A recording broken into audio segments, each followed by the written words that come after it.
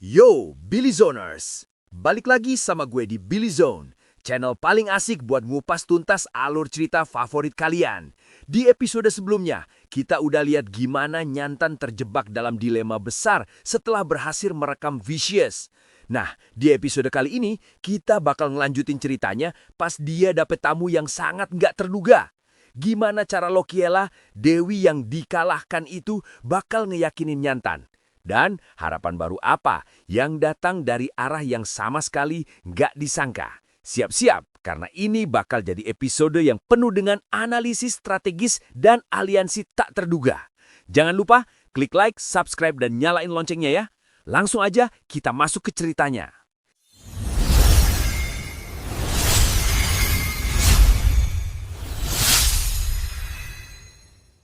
Jadi kita mulai dari momen di mana Lokiela udah ada di kamar Nyantan. Dia langsung ngasih analisis strategis tentang kenapa manusia punya peluang buat menang ngelawan Vicious.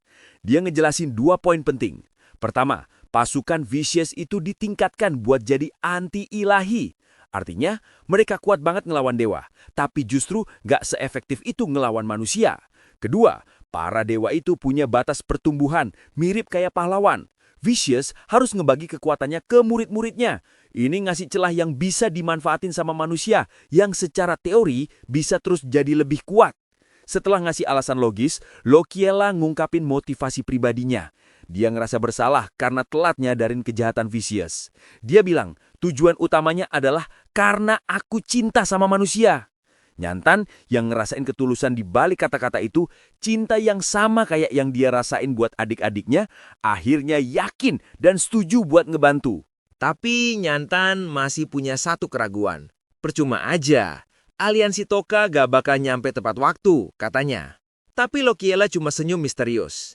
Dia bilang sebelum dia masuk ke bawah tanah, dia udah ngelakuin satu hal penting yang dilewatin Vicious. Dan hal penting itu tiba-tiba muncul di jendela, seekor burung hantu. Burung hantu itu ngomong, aku utusan dari Lord of the Flies, atau mungkin dari Hijri. Ternyata ini adalah familiar yang dikirim sama aliansi pemberontak. Nyantan langsung ngebiarin dia masuk, dan si familiar burung hantu ini langsung ngasih rentetan informasi penting. Dan yang paling krusial buat Nyantan adalah kabar soal Nyaki. Familiar itu ngasih tahu kalau Nyaki sekarang selamat dan lagi khawatir banget sama kakaknya. Dan yang nyelamatin dia adalah Lord of the Flies, si Toka. Nyantan yang dengar ini jelas langsung nangis bahagia. Beban terbesarnya selama ini akhirnya keangkat. Familiar itu ngelanjutin laporannya. Mata-mata Mira udah nunggu di luar ibu kota dan semua persiapan buat pelarian mereka udah selesai. Misi penyelamatan para Sandera udah siap buat dieksekusi. Setelah dapat semua info dari familiar, dia langsung nyusun rencana pelariannya.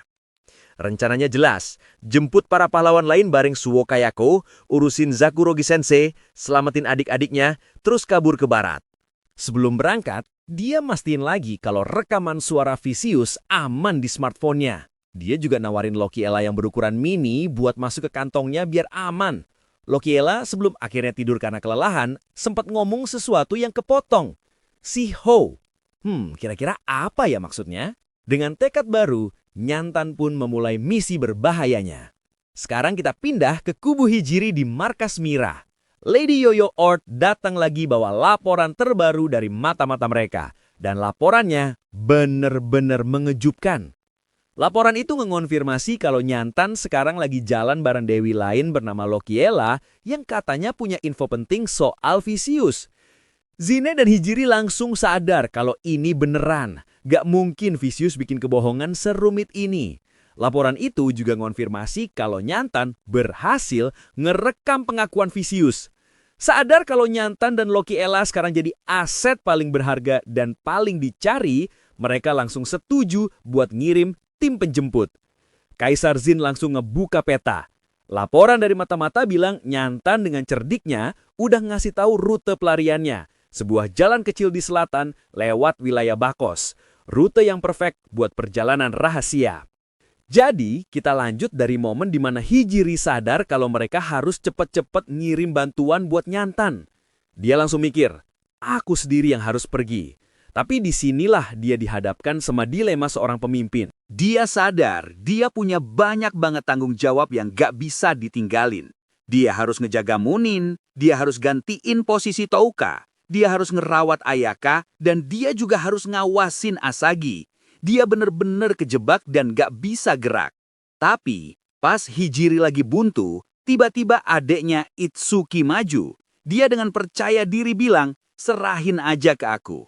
Dia bilang, Nyantan itu kan guru mereka, jadi udah jadi tugasnya buat ngebantu. Dan disinilah kita lihat momen perkembangan karakter Itsuki yang paling keren. Dia bilang ke Hijiri, "Sebagai adik kembarmu, tugasku adalah ngurusin hal-hal yang gak bisa kamu lakuin.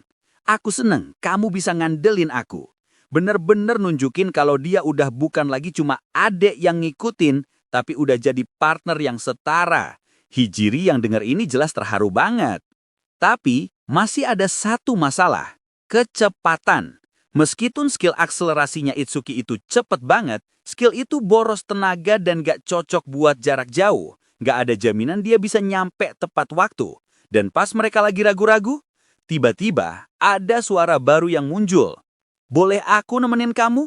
Ternyata itu suara Ayaka Sougo. Dia udah bangun dan dari tadi ngedengerin obrolan mereka. Dia langsung nawarin solusi buat masalah kecepatan. "Dengan kuda perak dari skill unikku, aku yakin bisa nyampe lebih cepat dari siapapun," katanya. Dan dengan ini, tim penyelamat pun terbentuk. Hijiri kemudian menimbang-nimbang tawaran dari Ayaka.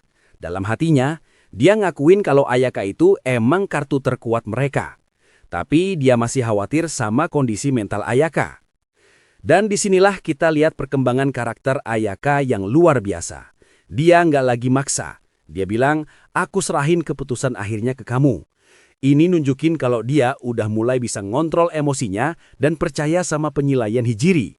Dia bahkan ngakuin, "Aku seneng udah percaya sama kalian." Sadar kalau tindakan gegabahnya dulu bisa bikin semuanya berantakan. Ngelihat perubahan ini, Hijiri akhirnya yakin. Dia pun ngasih restunya. "Tolong jaga mereka tetap aman," bisiknya ke Ayaka. Tim penyelamat resmi terbentuk. Sekarang kita langsung pindah ke kubu Nyantan. Dia dan rombongan pahlawan yang diselamatin lagi ngebut di jalan tua yang udah ditinggalin. Sebuah dataran tandus tanpa tempat sembunyi. Tiba-tiba, Nyantan lihat debu ngepul di belakang mereka. Mereka dikejar. Situasi mereka benar-benar genting. Mereka ada di tempat terbuka, dan para pengejar makin dekat. Nyantan bingung, apa mereka harus berhenti dan ngelawan? Dia ragu bisa ngelindungi semua orang. Tapi pas dia lagi panik, dia lihat sesuatu yang lebih parah. Debu ngepul bukan cuma dari belakang, tapi juga dari atas tebing di kanan dan kiri mereka. Mereka bukan cuma dikejar, mereka udah masuk ke dalam jebakan penyergapan. Gimana Billy Zoners? Bener-bener episode yang langsung ganti suasana ya. Dari momen perkembangan karakter Ayaka yang mengharukan, langsung dilempar ke situasi hidup mati yang super genting. Kita lihat gimana Ayaka akhirnya bener-bener sembuh secara mental. Dia udah bisa mikir rasional dan percaya sama timnya. Ini penting banget buat kedepannya. Dan keputusan Hijiri buat ngirim dia juga nunjukin kalau dia pemimpin yang bijaksana. Tapi situasi Nyantan bener-bener gawat. Dia dan para pahlawan yang baru aja bebas sekarang kejebak di tengah-tengah penyergapan. Mereka kalah jumlah dan gak punya tempat buat sembunyi. Siapa para pengejar ini? Dan gimana cara mereka bakal selamat dari situasi yang mustahil ini? Jadi, kita lanjut dari rombongan Nyantan yang lagi ngebut di dataran tandus. Tiba-tiba, mereka sadar kalau mereka udah terkepung. Dari depan dan belakang muncul pasukan pengejar. Mereka benar-benar kejebak di dalam ngarai. Dan musuh yang ngepung mereka adalah jenis tentara putih yang merupakan Ekaristi yang baru. Bentuknya kayak centaur, setengah manusia, setengah kuda. Dan semuanya bersenjata. Bahkan ada 4 centaur raksasa yang kelihatannya komandannya. Situasi mereka benar-benar gawat. Di tengah ketegangan ini, kita dapat flashback penting yang ngejelasin satu hal. Gimana caranya adik-adiknya Nyantan bisa ada di sana? Ternyata, sebelum kabur, Nyantan udah ngejalanin misi penyelamatan rahasia. Dan dalang di balik misi ini adalah Hijiri. Dari jauh, dia berhasil nemuin lokasi panti asuhan tempat adik-adiknya Nyantan ditawan. Dia ngasih semua infonya dari denah bangunan sampai rute pelarian rahasia. Nyantan pakai keahlian mata-matanya berhasil ngeeksekusi rencana itu dengan sempurna dan nyelamatin keluarganya. Flashback ini juga ngasih kita wawasan soal psikologi Vicious. Dia percaya kalau ngejaga Sandara tetap aman dan seneng itu justru bikin pionnya lebih patuh. Tapi dia juga ngaku kalau dia nikmatin banget momen pas dia bisa ngehancurin kebahagiaan itu jadi keputusaan kalau ada yang gagal. Bener-bener sadis. Balik lagi ke masa kini, salah satu adiknya Nyantan dengan polosnya ngintip keluar jendela. Nyantan yang sekarang gak cuma berjuang buat dirinya sendiri, tapi juga buat ngelindungin keluarganya, dengan lembut nyuruh dia buat tetap di dalam. Taruhannya sekarang jadi jauh lebih personal buat dia. Gimana Billy Zoners? Bener-bener situasi yang bikin nyesek ya? Baru aja bebas, sekarang Nyantan dan keluarganya malah kejebak dalam pengepungan yang mustahil. Dan kita jadi makin salut sama Hijiri. Ternyata dari awal dia nggak cuma ngasih info, tapi juga aktif ngebantu nyusun rencana penyelamatan. Bener-bener ahli strategi sejati. Dan filosofi penyandaraan Vicious itu bener-bener nunjukin betapa bengkoknya cara pikir dia. Sekarang, dengan kelompok Nyantan yang udah terkepung dan kalah jumlah, apa yang bakal mereka lakuin? Apakah mereka bakal nekat ngelawan, atau mereka cuma bisa pasrah nunggu bantuan? Jadi, kita lanjut dari momen di mana kelompok Nyantan udah kejebak total. Para pahlawan lain yang ada di dalam kereta, dari kelompoknya Kayako sampai kelompoknya Nihei, langsung keluar dan siap tempur. Mereka sadar kalau udah nggak ada jalan lain. Dan disinilah kita lihat momen perkembangan karakter paling keren dari Moe Minamino. Dia yang biasanya paling pemalu, maju sambil nangis tapi matanya penuh tekad. Dia bilang, Ayaka-chan selalu berjuang buat ngelindungin kita. Bertahan hidup dan ketemu dia lagi, itulah cara kita buat ngelindungi dia. Makanya kita harus bertarung. Bener-bener pidato yang nunjukin keberanian yang luar biasa. Ngeliat tekad para pahlawan ini, Nyantan yang tadinya ragu, akhirnya ngambil keputusan. Dia sadar, dia harus ngelindungin smartphone berisi rekaman Vicious dan Lokiela yang lagi tidur. Apapun yang terjadi, dia pun ngambil perannya sebagai komandan. Dia menyiapkan senjatanya, pedang ajaib yang bisa manjang kayak ekor, dan minta bantuan para pahlawan. Pinjemin aku kekuatan kalian, katanya. Dia dengan cepat ngatur mereka ke dalam formasi bertahan. Momen ini benar-benar nunjukin kalau Nyantan itu bukan cuma mata-mata, tapi juga pemimpin yang kompeten. Tepat pas mereka udah siap, para pengejar pun datang. Dan pemimpinnya ternyata Hinki Kulkaim, Kapten Kesatria Alion, yang nunggangin salah satu centaur raksasa. Dia ngungkapin kalau Vicious kecewa sama Nyantan. Nyantan coba nyadarin dia, bilang kalau Vicious itu jahat. Tapi Hinki, yang kayaknya udah fanatik buta, malah jawab dengan sombong. Kalau gitu, aku tinggal jadi salah satu yang terpilih aja. Ternyata, Vicious sudah cerita soal rencana genosidanya ke dia, dan dia nerima itu. Dia juga cerita kalau Vicious sempat panik pas nyariin Nyantan. Dan di akhir, dia ngasih ancaman paling ngeri. Vicious udah minta cara kematian yang spesifik buat kamu. Gila, bener-bener situasi yang makin parah ya. Jadi, para pengejar ini bukan cuma prajurit biasa, tapi dipimpin langsung sama Kapten Kesatria Alion yang udah fanatik. Dan kita lihat perkembangan karakter yang luar biasa dari para pahlawan kelas bawah. Mereka nunjukin kalau mereka juga punya tekad buat berjuang, bukan cuma jadi beban. Momennya Moe Minamino itu benar-benar kuat banget. Nyantan juga akhirnya bersinar sebagai pemimpin. Dia berhasil ngatasin keraguannya dan ngambil alih komando di saat paling genting. Tapi sekarang, dia dan kelompoknya harus ngadapin musuh yang gak cuma kuat, tapi juga udah siap buat nyiksa dia secara spesifik, sesuai perintah Vicious. Gimana cara mereka bakal selamat dari situasi ini?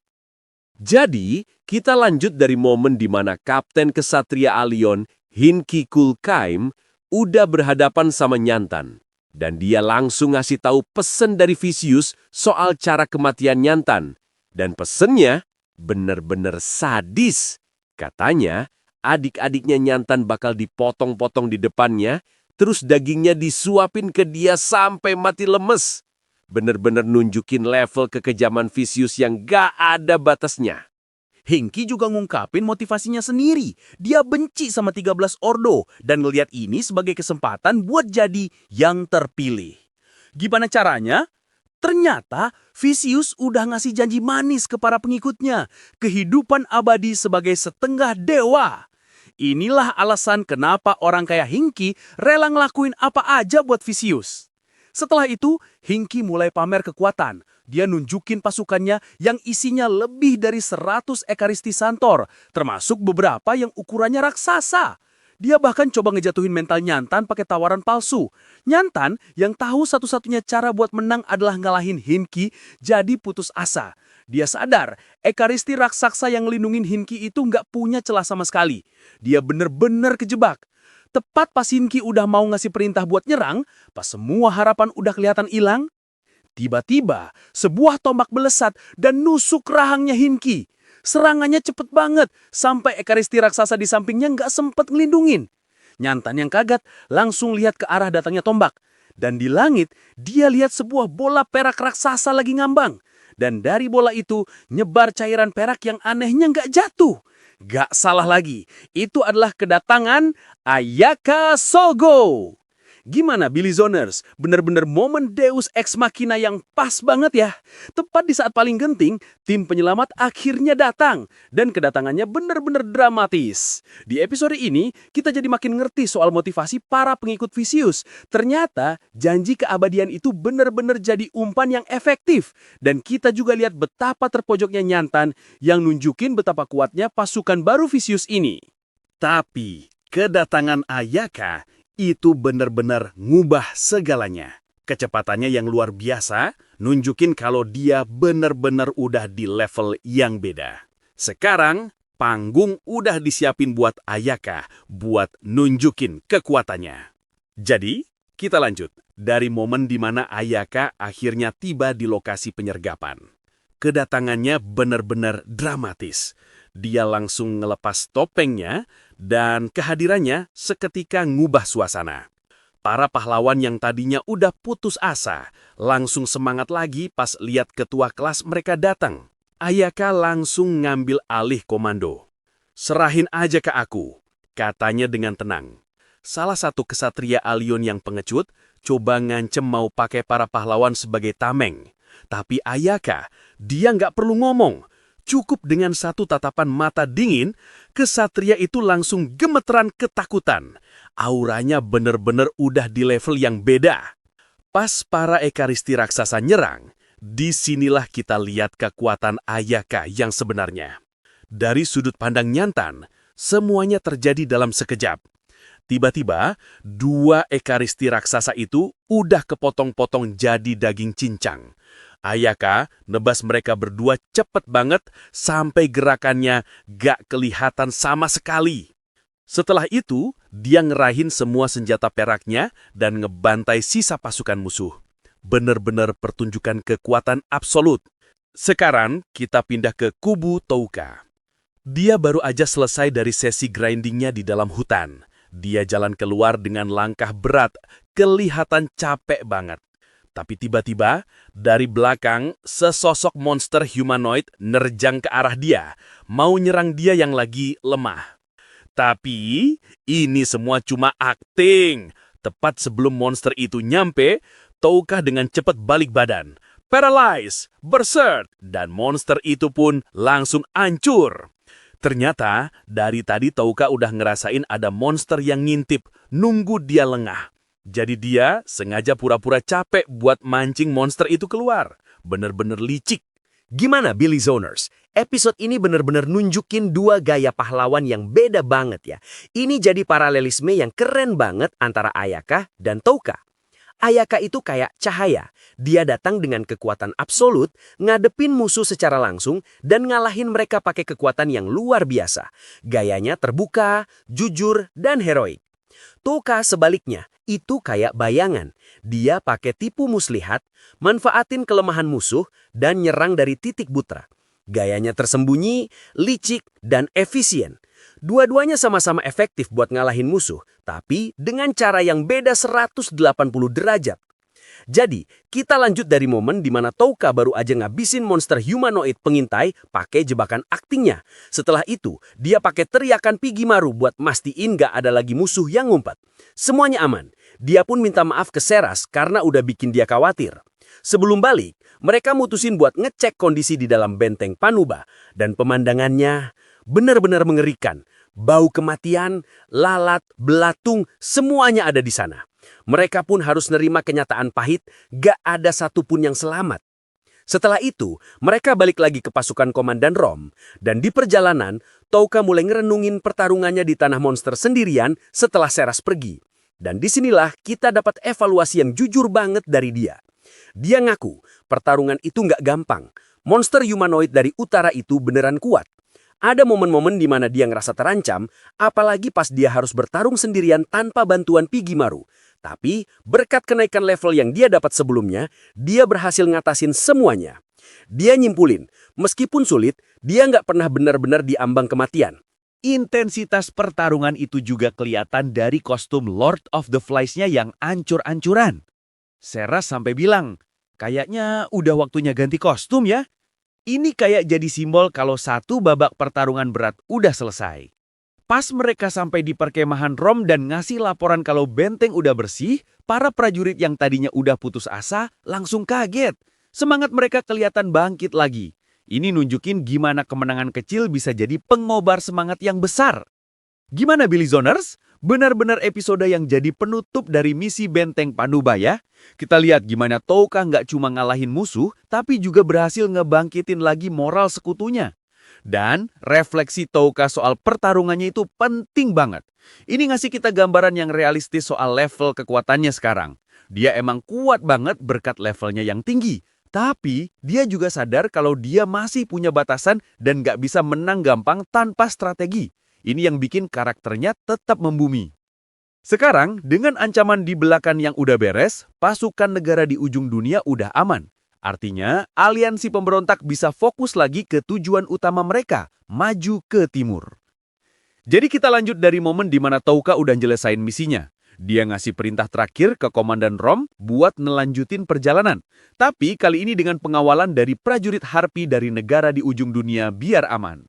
Setelah semua beres, dia nolak tawaran buat istirahat dan langsung mutusin buat balik ke pasukan utama. Dia dan Seras pun langsung tancap gas pakai Slay. Di sini, kita lihat lagi betapa cerdasnya Touka. Ternyata alasan dia nyuruh Slay pergi duluan pas grinding tadi adalah biar Slay bisa istirahat dan nyimpen tenaga buat perjalanan balik yang cepat. Dia udah benar-benar mikirin semua fase misinya dari awal. Di tengah perjalanan, Touka yang udah capek dan pengen pulihin MP, minta izin ke Seras buat tidur. Dan disinilah momen paling manis di episode ini terjadi. Seras nyuruh dia buat nyender di punggungnya. Touka pun meluk Seras dari belakang di atas Slay, nyembunyian mukanya di punggung Seras. Dalam hatinya, Touka ngerasa damai banget. Tapi pas dia udah hampir ketiduran, dia denger Seras ngebisikin sesuatu yang dalam banget. Aku cinta kamu, Tuan Touka. Dan Touka di tengah kantuknya ngebales. Nggak usah diomongin, aku juga ngerasain hal yang sama. Akhirnya, setelah semua perjalanan panjang mereka, pengakuan cinta yang paling tulus dan langsung akhirnya keluar. Bener-bener momen yang super memuaskan. Dan setelah momen baper itu, kita dapat kejutan lain. Layar status Touka muncul, dan levelnya udah lompat jauh banget. Dari yang tadinya 3.000-an, sekarang udah jadi level 5.999. Dan semua statistiknya juga naik gila-gilaan. Grinding session yang ngelawan para humanoid itu benar-benar ngasih hasil yang luar biasa. Ini penting banget. Ingat kan, alasan Touka ngebet grinding itu karena dia ngerasa jadi beban pas lihat kecepatan Seras. Nah, dengan power up segede ini, dia sekarang udah jauh lebih siap buat berantem di sisi Seras sebagai partner yang setara. Gimana Billy Zoners? Bener-bener episode penutup chapter yang perfect ya. Misi selesai, dapat power up gila, Dan yang paling penting, dapat momen pengakuan cinta yang udah kita tunggu-tunggu. Hubungan Touka dan Seras benar-benar udah di puncaknya. Gak ada lagi keraguan, gak ada lagi jarak. Mereka benar-benar udah jadi satu. Dan power up-nya Touka ini juga bakal jadi kunci penting buat pertarungan-pertarungan selanjutnya. Sekarang, dengan Touka yang udah jadi jauh lebih kuat dan hubungan mereka yang makin solid, apa yang bakal mereka hadapin selanjutnya pas balik ke pasukan utama? Apa mereka bakal langsung maju ke Allion? Tulis semua prediksi kalian di bawah. Jangan lupa like, share, and subscribe channel Billy Zone biar kita bisa terus ngikutin kelanjutan ceritanya. Sampai jumpa di episode berikutnya.